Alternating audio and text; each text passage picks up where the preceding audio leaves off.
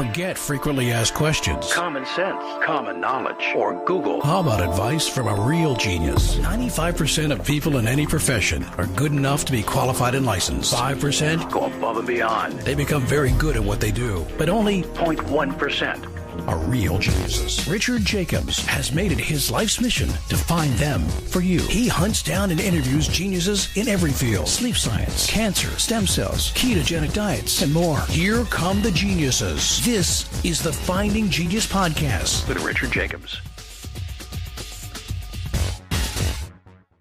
Hello, this is Richard Jacobs with the Finding Genius Podcast. I have Dr. Kathleen Mullin. She goes by Kate. She's the medical director at Stanford for NEICR. We're going to talk about migraines, and the rest of it's a bit technical. I'll let her explain, but research around migraines and medications. So, Kate, thanks for coming. How you doing?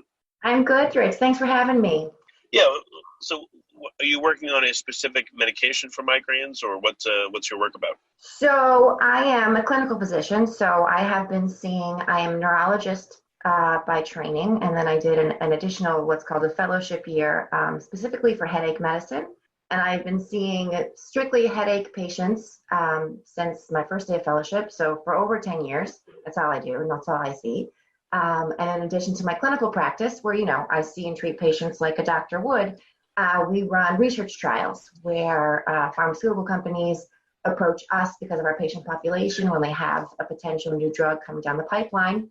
And we recruit patients from our practice to see if they would like to try potentially new and different migraine medications.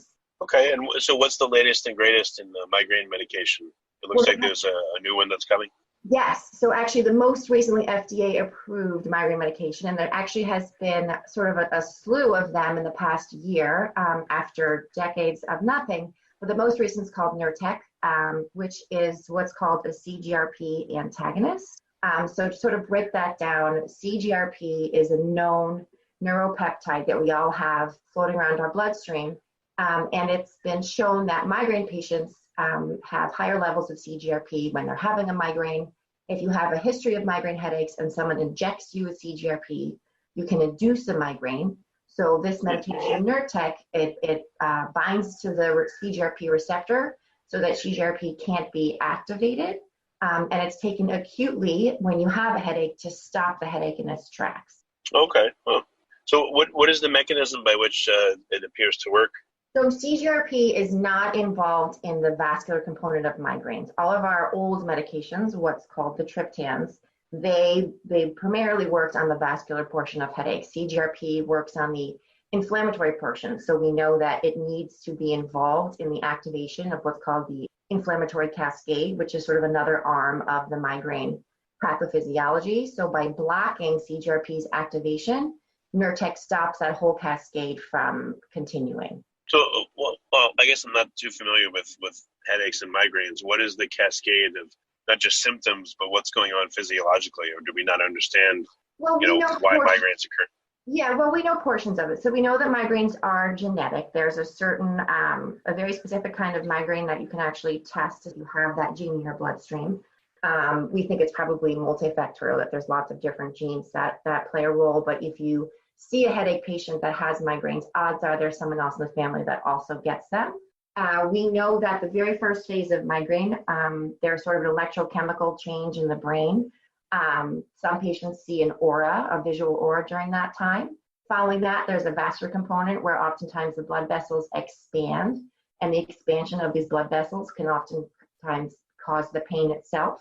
When those blood vessels are expanded, the walls become more permeable, so inflammatory markers start to leak out and they start to adhere to pain receptors and pain-sensitive fibers.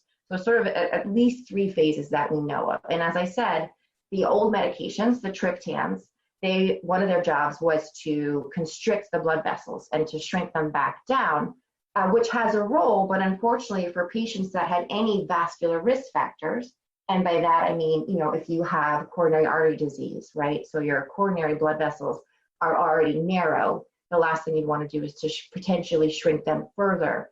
So if you have a history of a heart attack or chest pain or strokes, those medications were contraindicated in those patients because we just didn't want to risk shrinking down their blood vessels further. So this is the first medication that's targeted the other pathway of migraine, which is the inflammatory one. And this medication, because it doesn't involve the blood vessels, is actually safe in those patients with all of those risk factors. Yeah, that makes sense, right? You wouldn't want to have someone have a stroke or a clot to suddenly, completely occlude a vessel. Exactly. Their vessels tighten up. So for 10 years, the triptans came to market in the early 90s. And since then, unfortunately for our cardiovascular patients, we would say, we can't really give you the standard of care because of, your underlying disease. So we'd sort of have to give them, some subpar acute treatment regimens.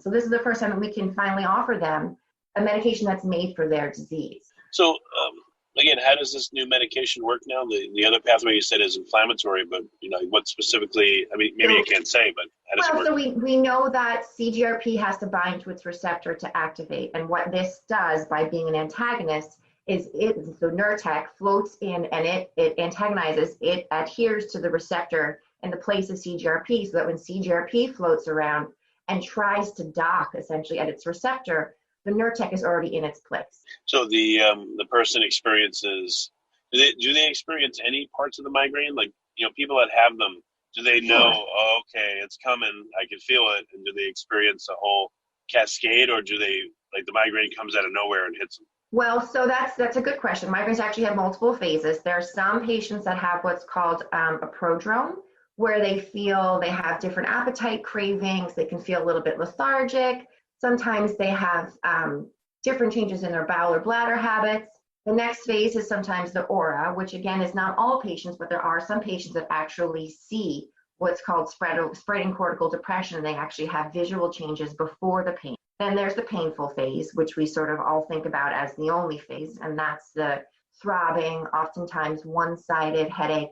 Usually people get either sensitive to light and or sounds. They want to lie down. They don't really want to do any of their activities. Oftentimes there's nausea, sometimes to the point of vomiting. That's sort of the classic migraine that we think about. The patients in the trials were asked to treat their headaches when they're in their pain phase, and that the pain was at least moderate. So for most patients, when they're experiencing a headache, they feel a little bit of that sort of the pain is coming, whether it's the aura or just a mild pain, and they sort of know their patterns. And they know that the pain is going to develop into a migraine. So are you at the point now where people have taken this drug and they've reported what happened to them? So I was one of the principal investigators in the trials that proved the medication not only worked but was safe. So I have a long-standing history of patients' experience with this medication, because I even had patients on it before it came to market. And I had patients who enrolled in this trial because they just weren't satisfied with prior medications, whether they weren't working for them, they were giving them side effects. And I had actually one patient in mind who was 50 plus years old. She had 30 years of migraines and had just been through everything. And the problem with the triptans is that if you have really frequent headaches, you can get something called medication overuse headache, where if you take it too often, you actually develop more headaches. So there's always sort of this do I or do I not treat when you get a headache. And this patient had been doing that game for 30 years. And in the trial, she actually had such success with Nurtec over a year. She was in the year-long 52-week safety trial that when it ended, I actually had to apply for the FDA for an extension for her to keep taking it between the bridge of the trial ending and the medication coming to market, because it worked so well for her that she just did not want to go back to the old standard of care. Oh, wow. Yeah. So, again, like specifically, what do people tell you when they take it? Do they say the migraine starts and then just sits there and never fully develops, or they feel nothing? For most of what we consider to be an effective treatment is one that kicks in within 2 hours, ideally pain freedom, but we'll take pain relief if it's significant, and you're able to go back to your normal life. So it's one thing if you feel better, but the medication you took had so many side effects that you sort of can't do what you wanted to do anyways because you feel groggy or dizzy.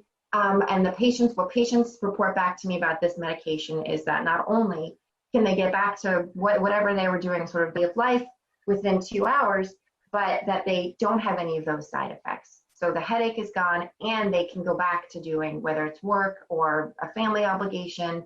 They don't have to lose the day. And that's a very different experience than what a lot of my patients have had with prior medications, because oftentimes either they weren't effective or they did help, but they just made the patient feel not themselves. So that's the biggest takeaway that I've had from my patients in practice, is that they're so surprised that it's not only effective, but they also still feel normal.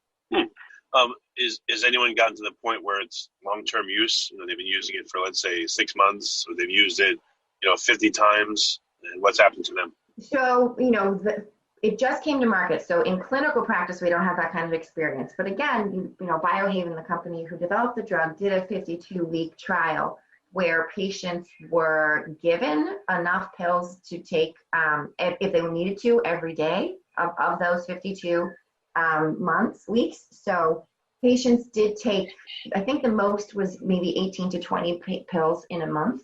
And they continued to have positive results. There was no increased side effects over the 52 weeks. There was no reduce in efficacy over 52 weeks. So there's no reason to think that if a patient needs it more often, that they'll get medication overuse. So the long-term safety data and efficacy data looked really, really good. And, there's no reason to think that won't pan out in true clinical practice. Yeah, that's good. It's really a breakthrough. What about for, is this only indicated for migraines, or what about like run-of-the-mill headaches? So this is only studied in patients with migraine. Migraine is a clinical diagnosis, so it's not something that you can get, an MRI or blood test to verify or prove. It's those characteristics that I described. If you're a doctor, and unfortunately, and we're really trying to get the word out there because migraine is really underdiagnosed. But if your doctor labels you as being a migraineur, then this medication would be appropriate for you. What's called tension type headaches, which are generally sort of more dull, whole head squeezing pain. This has not been studied in those headache types, so there's no indication for that as of yet. Oh, it's that specific where, like the type of headache, why not try this for the different types of headaches? Or is it, it has to be so careful that it's only for one specific flavor of headache? When something is FDA approved for a certain condition, to be on label, you have to only prescribe it in that condition. And one of the reasons that I love headache medicine is that there's something called the ICHG, the International Headache Classification Diagnosis, where you get these sort of check, if you have one-sided pain with throbbing and light sensitivity, then you have this headache type. If it's bilateral pain and it's more pressure, like it's this headache type. If it's nighttime headache, and it's just this really nice, neat chart. Unfortunately, most real-life headache patients don't perfectly fall into those columns, but I'm a type A organized person, and I like the idea of these diagnoses being perfectly grouped. So yes, you do have to have a diagnosis of migraine to qualify for the medication. Is there a push to get it in use for other headaches, or why would there be? Why wouldn't there be? Well, so tension type headache, which is worldwide the most common headache, but oftentimes not seen in physicians' offices because they can generally be treated with over-the-counter medications. If you have one of those band-like pressure headaches, you take 3 Advil. For the most part, you feel better. They're nowhere near as disabling. Migraines affect almost 40 million people in the U.S., and it's the World Health Organization's one of the top 10 most disabling conditions. So we look to treat migraine because of that combination. It is so prevalent and it is so disabling. Luckily, our other headache types are either few and far between, or like tension type headache, probably even more prevalent, but much more easily treated and therefore not as disabling. What about brain tumors or other conditions that cause headaches? So is there any look to So when we talk about headaches, before we go into migraine, tension type headaches, cluster headaches, those are primary headaches. Those are headaches that are not attributable to another condition. Secondary headaches are headaches from subarachnoid hemorrhages, brain tumors, eye strain. So those are headaches that we have to make sure we're not dealing with a secondary headache by sometimes doing imaging or blood work before we fall into that whole ICHG primary headache classification. But generally, secondary headaches are treated by treating whatever that underlying condition is. So you can take anti-inflammatories, for example, to help the inflammation of a brain tumor, but the way you're going to really fix the pain of a brain tumor is by removing the brain tumor. Oh, right. I just thought maybe it would help for other conditions too. But so what's the state of it now? Like, what percentage of the migraine market and practitioners know about this new drug? And I mean, is your job now to help spread the word about it? Or? Yeah, so my job, because I love my patients and I advocate for them constantly, is really to get the word out to primary care doctors. Headache doctors know about these medications. We've been looking for new, better, innovative ways to treat our headache patients for decades. But lots of headache patients don't make their way to headache doctors. So we're really trying to get the word out to general neurologists who see a lot of headache patients, as well as primary care physicians, because headache is something that a lot of patients will just discuss with their general practitioner. And if they don't know that Nurtec exists, then they're not going to offer it to the migraine patients, which is heartbreaking because, again, it's one of the best things we've seen in a long time for our patients. But what's involved now in making sure that enough people know about it? I mean, it's a massive undertaking. So Biohaven does have a direct-to-consumer campaign. So no one is better than advocating for you than yourself. So patients see the press, they read it in the paper, they see the commercials, and they bring it themselves to their primary care doctor. Obviously, the pharmaceutical company itself, is doing what it can to get its name out there. I go on lectures to libraries, not for pharmaceutical companies, but to talk about our clinical trials and to talk about opportunities for migraine sufferers. And I say at every talk that I give, I say to the patients or the people that come and listen, go back to your doctor. There are new medicines. If you feel like you've tried everything, you haven't, even in the past months, medicines such as Nurtec have come to market, and it's worth reevaluating, readdressing, and reexamining these new acute medications because they're different, and it's worth trying something different, even if you think you've been through it all. So I'm doing personal platform to every local library that I can, but you're right, it's a giant undertaking to make 40 million Americans aware of a new medication for them. Well, you can't say it's a cure, can you? But what can you say? It's just a treatment for migraine? Like, what are you allowed to say? So you cannot say it's a cure, and I say to my patients all the time, it's a lot about judging, dealing with expectations, and I always tell them, we're going to do our best to prevent headaches. And should you get one, because there is no cure, and you might still break through and get a headache, we'll have something to treat it. But right, we never use the word cure with migraine because, like I said, a lot of it is in your DNA. And until we can modify and change that, which I don't think I see in my lifetime, we're going to have a toolkit of medications to address it. So what we call Nurtec is an acute medication. An acute medication is medication that you take as needed when the pain starts.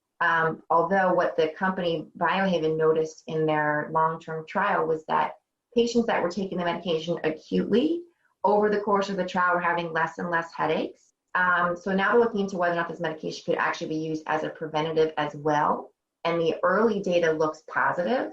So if that pans out, this would be the first medication that migraine patients ever have that they can sort of play with in terms of, do I take this on a standing basis to prevent the headaches, or do I take it as needed and when a headache comes, which will give them an incredible amount of freedom and flexibility that they've never seen with their medications before. Yeah, I mean, if it pans out where it can be used in both ways, both prevention and acute, it would be game-changing for migraine patients. Yeah, no, that's true. Well, some of the people that have used it longest, like approximately how long have they used it and how many times, and are they reporting that, okay, now they don't fear migraines anymore because they can really head them off at the pass? Yeah. So I have to say probably the patient that used it the longest might be my own patient, because when the clinical trial, the year-long clinical trial was over, there were only two or three patients who asked for that sort of extended access program so they could continue to take the medication, in the bridge between the trial ending and it coming to market. And now that's on market, she's still using it. So these patients are using it, it depends on how often their headaches are. The study was for patients with episodic migraine. So patients ideally had less than 15 headache days per month. On average, patients were taking the medications about 8 times per month for that year. And throughout the time, they had wonderful success with it. They had no side effects. It worked really well. I think there were over 118,000 dosages given over the course of that 52-week trial, just to give you an idea of how much exposure there was to the medication in the long-term study. Part of this education effort, that's why, I'm glad to help do this podcast. What's the best way for people to find out more? Like you said, it's hereditary, so if anyone has one or someone in their family, has it, where can they go to find out more about this drug? Well, so headaches in general, as I said, unfortunately, are wildly underdiagnosed. So the first thing they should do if they think they have migraines is to go see their doctor. If you've ever had a headache that made you feel like you had to cancel something, odds are that's a migraine, because tension type headaches, for the most part, you're able to push through. And nobody should have more than one migraine without something in their toolkit to treat it. So first things first is just, again, my advocating for my headache patients. There's no such thing as, quote, a normal headache. So if you have a tension type headache, that's a tension type headache. If it's more severe, if it makes you feel like you want to be sick, if it makes you feel like you turn the lights off, that's a migraine. And there's wonderful treatments, including Nurtec, this newest one, to treat your migraine. So go to the doctor. If you want to see if you think Nurtec is right for you, they can go to Nurtec.com. It's Nurtec. Click on patient information and just learn about how it works, the safety profile, how they can get it. So most of these newer drugs have what's called copay assist plans, where they make the medication incredibly affordable. So even though it's this sort of new, game-changing, innovative medication that's potentially very expensive, Biohaven is working with patients because they are incredible patient advocates for migraine patients, and they know that the most important thing is relief. So they're going to let patients experience that relief without having to pay through the nose. Yeah, no, that's great. Excellent. Well, very good. I appreciate you coming. Any final thoughts or things I didn't ask you about I should have? No, I think that, that's the major point, is that if you have a migraine, go see your doctor. And it's my job and Biohaven's job to make sure that your doctor knows about Nurtec and the latest changes in migraine medicine, so that we can make our patients better faster. Okay, thanks for coming. Thank you so much. My pleasure. You've been listening to the Finding Genius podcast with Richard Jacobs.